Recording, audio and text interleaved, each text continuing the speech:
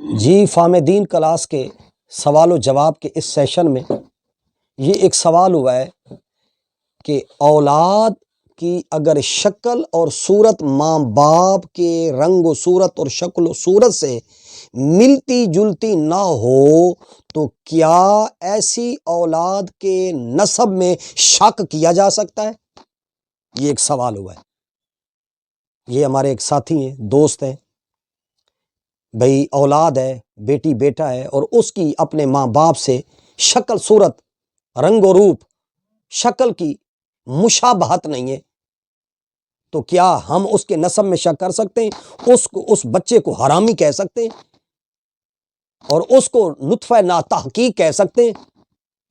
دیکھیے بات یہ ہے، یاد رکھ لیں، بسا اوقات کسی کے بیٹے یا بیٹی کا رنگ، خد و خال، حلیہ، شکل و صورت ماں باپ سے مشابہت نہیں رکھتی ہوتی، لوگ ان کے صحیح و نسب ہونے کے بارے میں شک کرنے لگ جاتے ہیں اور اونٹ پٹانگ باتیں کرنا شروع کر دیتے ہیں اور الزام لگانے شروع کر دیتے ہیں کہ یہ بچہ جو ہے اس کی شکل صورت فلاں کے ساتھ ملتی ہے۔ یہ رویہ اصلاح طلب ہے، یہ قیاس کرنا غلط بات ہے۔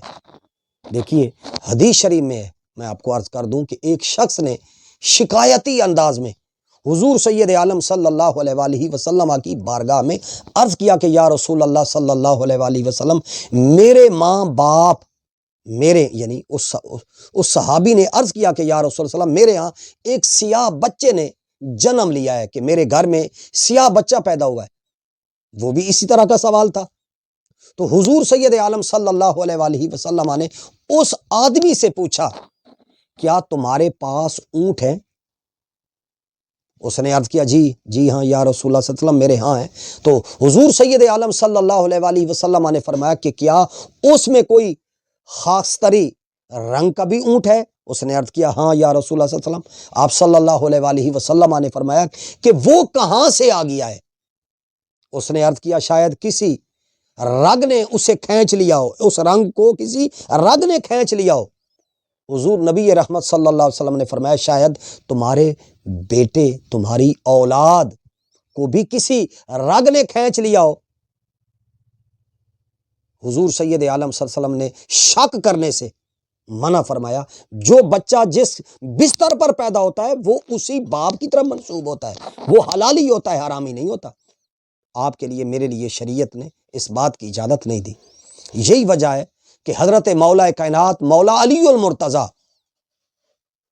سے مروی ہے کہ حضور سید عالم صلی اللہ علیہ وآلہ وسلم نے ارشاد فرمایا کہ جب کوئی نطفہ رحم مادر میں ٹھہرتا ہے تو اللہ تعالیٰ اس کے اور حضرت آدم کے درمیان تمام نسبی رشتوں کو حاضر فرماتا ہے، اور اللہ تعالیٰ جس صورت میں چاہتا ہے اس بچے کو بنا دیتا ہے۔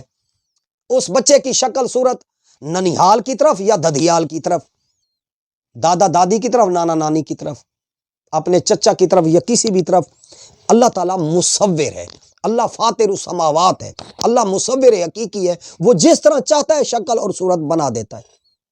تو لہٰذا یاد رکھ لیں کہ قرائن کی بنا پر کسی کے نسب کا انکار کرنا شرعاً درست نہیں ہے۔ اس طرح کے قرینے، اس طرح کی باتیں ایک بات۔ دوسری بات، قیافہ شناسوں کے، یہ جو قیافہ شناس لوگ ہوتے ہیں، ان کے ظن و تخمین کی بنیاد پر بھی کسی کے نسب میں شک کرنا درست نہیں ہے۔ یاد رکھ لیں کہ بعض طبی اور قدرتی وجوہات کی بنیاد پر اولاد اور ماں باپ کی رنگت میں فرق ہو سکتا ہے، یہ یاد رکھ لیں، یہ سائنس بھی اس بات کو مانتی ہے۔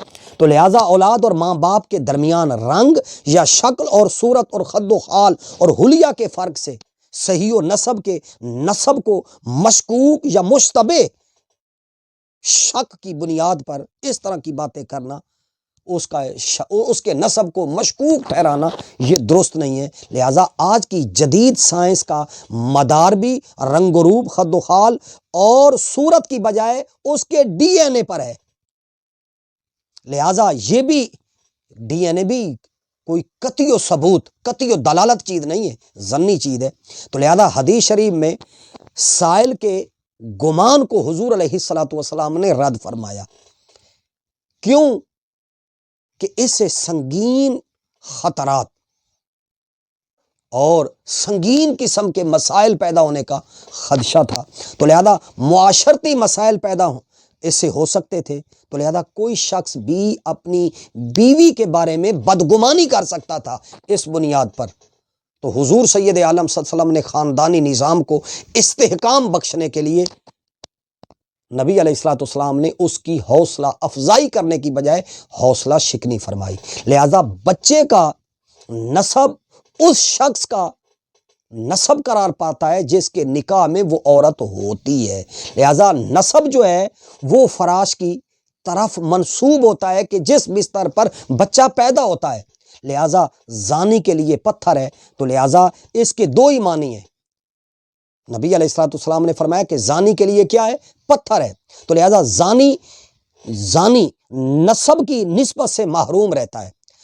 تو دوسرا یہ ہے کہ شادی شدہ زانی کو ثبوت شرعی کے بعد سنسار کیا جاتا ہے، تو لہذا کسی بھی بچے کو نطفہ ناتحقیق کا الزام دینا یہ درست نہیں ہے، اسلام ان چیزوں کا نام نہیں ہے۔